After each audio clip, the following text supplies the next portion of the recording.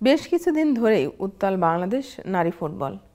Coach Peter বাটলারের সঙ্গে senior খেলোয়াড়দের বনিবনা হচ্ছে না বেশ কিছুদিন ধরেই। অনুশীলন বয়কট করছেন তারা, নিজেদের অবস্থানও সংবাদ মাধ্যমে তুলে ধরেছেন। এমন পরিস্থিতিতে সাবজয়ী দলের অন্যতম খেলোয়াড় জাপানি বংশোদ্ভূত মাতসুশিমা সুমায়া জানালেন ভয়ঙ্কর অভিজ্ঞতার কথা। বেশ কিছুদিন ধরেই ধর্ষণ আর মেরে ফেলার হুমকি দেওয়া হচ্ছে তাকে, যার কথা ফেসবুকে পোস্টের মাধ্যমে তিনি তুলে ধরেছেন। সুমায়া দুটি ছবি দিয়ে ইংরেজিতে লিখেছেন, আসসালামু আলাইকুম, আমি মাতসুশিমা সুমায়া, বাংলাদেশ নারী জাতীয় ফুটবল দলের একজন খেলোয়াড়।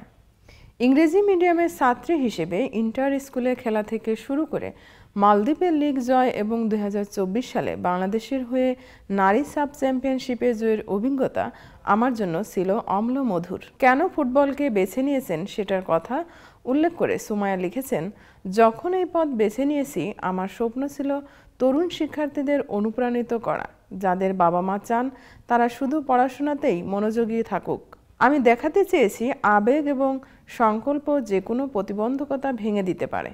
কিন্তু আজ আফসোস করে বলতে হচ্ছে, আমার শিক্ষা, পরিবার, ঈদ সবকিছু এমন একটি দেশের জন্য উৎসর্গ করেছি যারা আমাদের সংগ্রামগুলোর প্রশংসা করতে জানে না।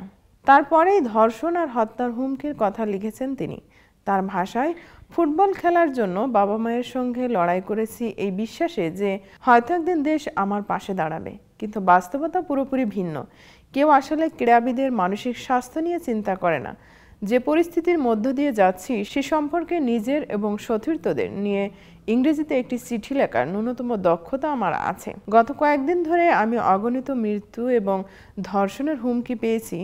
যেসব শব্দ ব্যবহৃত হয়েছে সেটা আমাকে এমনভাবে ভেঙে দিয়েছে যা কল্পনাও করিনি। জানি না এই মানসিক আঘাত থেকে বেরিয়ে আসতে কতদিন লাগবে, তবে এটা জানি কেবল স্বপ্ন পূরণের জন্য কাউকে যেন এমন পরিস্থিতির মধ্যে দিয়ে যেতে না হয়।